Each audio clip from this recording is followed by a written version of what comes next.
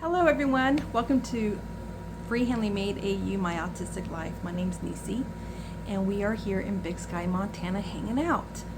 So I went to Bend, Oregon. If you guys were at Porch Chat this last Saturday, you already got to see the yarn that I got, but I wanted to do just a video dedicated to the yarn I got and kind of showcase the yarn store that I went to. I'm going to include some pictures in the video for you so you can kind of see.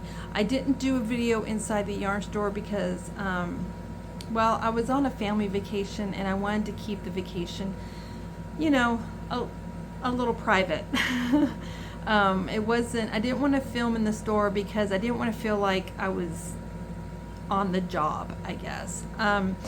But hubby did take some pictures, and I'm going to include the website address so you can go to the yarn store and you can see all the gorgeous yarn that they have. They have yarn in that store from all over, including yarn that came from across the ocean. And the owner, Elise, of the yarn store was such a sweet lady, and she helped me out a lot, and I got some fabulous yarn. We did go back to the yarn store a couple days later because my husband bought me some stitch markers that were for knit only. Well, you could use them with crochet if you put them on, you know, a lobster claw or whatever, but I didn't think through that before. But anyway, I was able to exchange the stitch markers for another hank of yarn, which was nice, although the yarn was like $2 more expensive, so my husband had to bust out $2 more out of his pocket.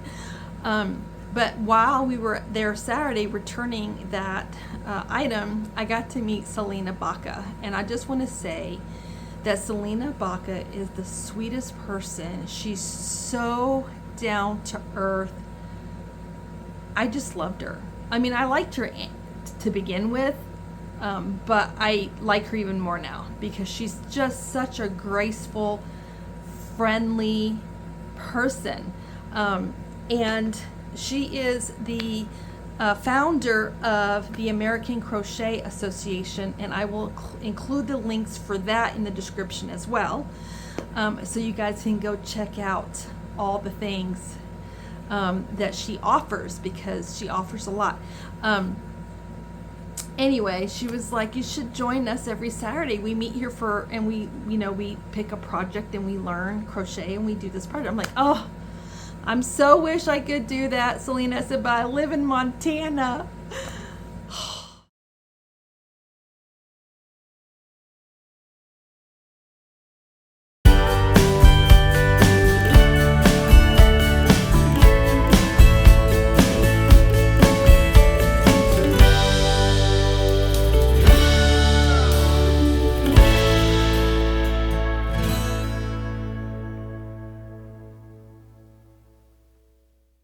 Yarn that I got. So I wanted some local fiber artist yarn, and the name of the store that we went to is Fancywork Yarn Shop. Okay, and Elise helped me. She let me know where the yarn was from, where the artist was from, where the yarn was sourced and spun and dyed from, and that helped me a lot. So this particular yarn that I'm showing you now is a yarn artist. This yarn was hand dyed and spun and processed in Bend, Oregon, and it's called Tumalo Fibers. Tumalo is actually a little town outside of Bend where my mother-in-law lives. So when I saw Tumalo Fiber, Bend, Oregon, I had to get this yarn. This is their American Made series. It's a ghost town fingering. I love how they name that, ghost town fingering. It's 100% non-superwash Shaniko wool. Let me tell you, they say this is non-superwash, but this wool, for it being non-superwash, is the softest wool I have ever had my hands on. Hands down. This stuff is silky soft. So I didn't know what Shaniko wool was, and luckily they have it on the back of their label. It says in the about section, Origin of the fiber is merino rambulette. I think that's French. I don't know. I can't say that word. I'll put all this information in the description of this video. Cross sheep raised, so it's merino sheep and rambulette sheep that are crossbred, cross sheep raised by family-owned ranches in the Great Basin region of the West. So this wool comes from sheep that were raised in the Great Basin region of the West, the area where Oregon is, you know, the whole area of the West, Great Basin area region. Shaniko wool is a truly sustainable wool. It is RWS certified, which aims to protect the welfare of animals, the land, and the workers. And it gives a tip. It says alternate the skeins to distribute the color evenly, because this yarn, although it is a solid color, it is hand dyed yarn. It says to hand wash in cold water with wool wash, avoid wringing or twisting, dry flat. Some color loss may occur with initial washings. This yarn is a fingering 3-ply yarn. Wraps per inch is 16. Love that. They actually have that information on their label. It's cool. The yardage is approximately 450 yards, 100 grams, 3.5 ounces. It doesn't recommend a needle size. Oh, yes, it does. It says US 1 to 3 needles. That's knitting needles. And attached to each of these skeins is a handmade stitch marker that has wood that's been burnt. So I'll show you that. All right, so this is the first color I got, and this color is faded denim. My camera is going dark bright. I don't know why that is. I'm so sorry, you guys. So that's faded denim. And then I also got, this is like a rusty rose color, and it is called Earthenware. And isn't that pretty? Let's see if I can do the stitch marker. The stitch marker is the Woman Strong stitch marker.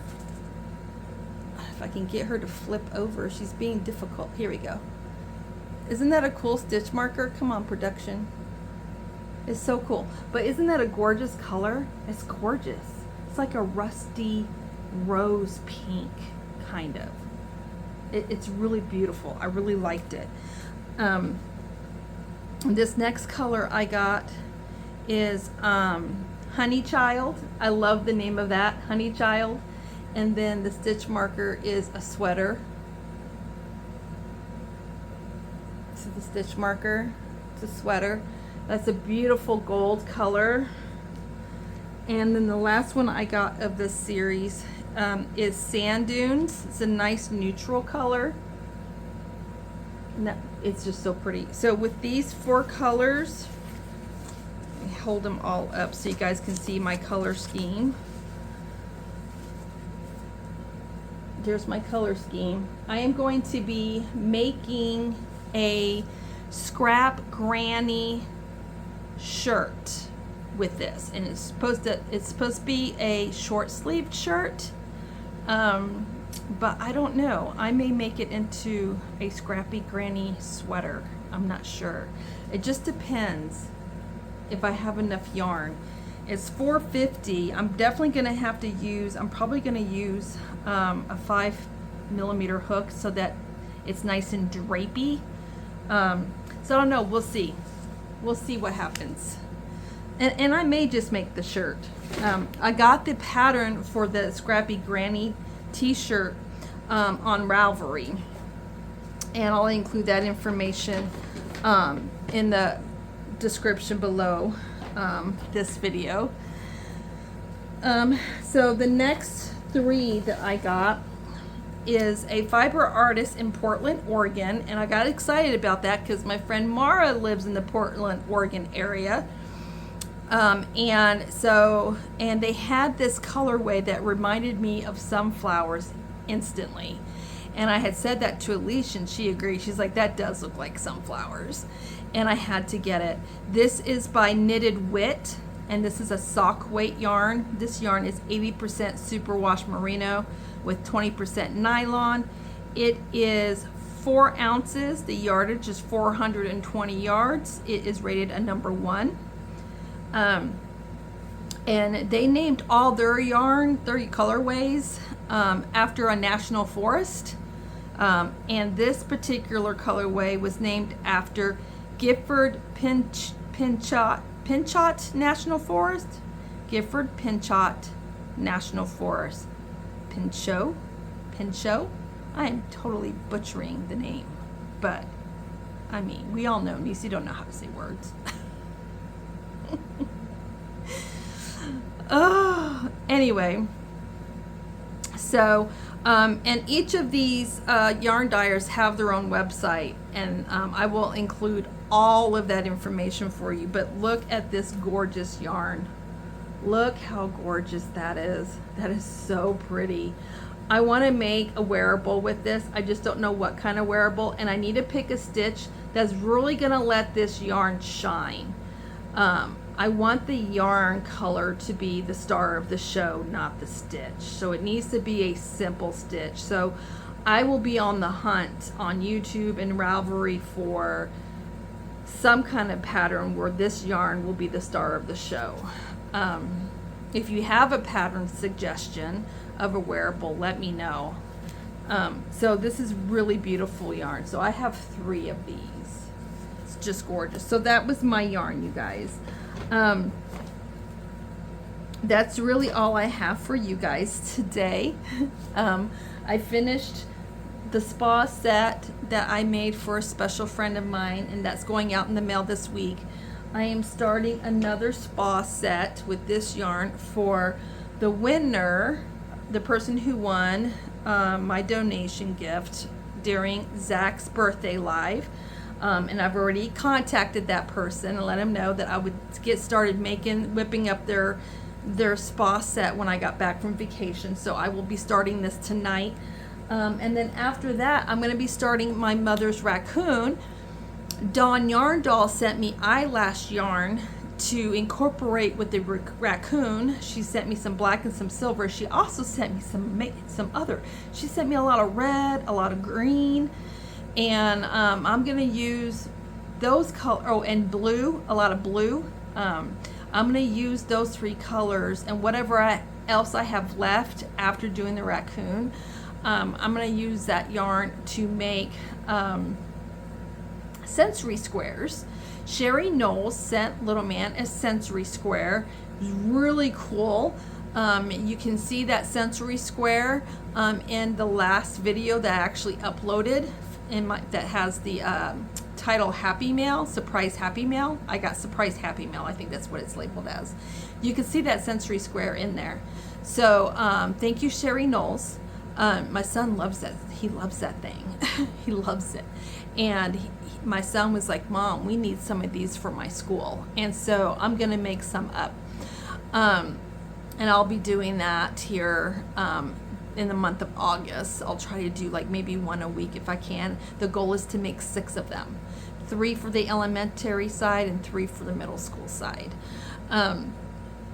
So the raccoon is next, and then when I'm taking a break from the raccoon, I'm going to continue to work on the full stitch, Tunisian full stitch Afghan. The pattern for this Afghan, as far as the stitch and how to do it, came from MDL Crochet's spouse, Antonio, aka Panda.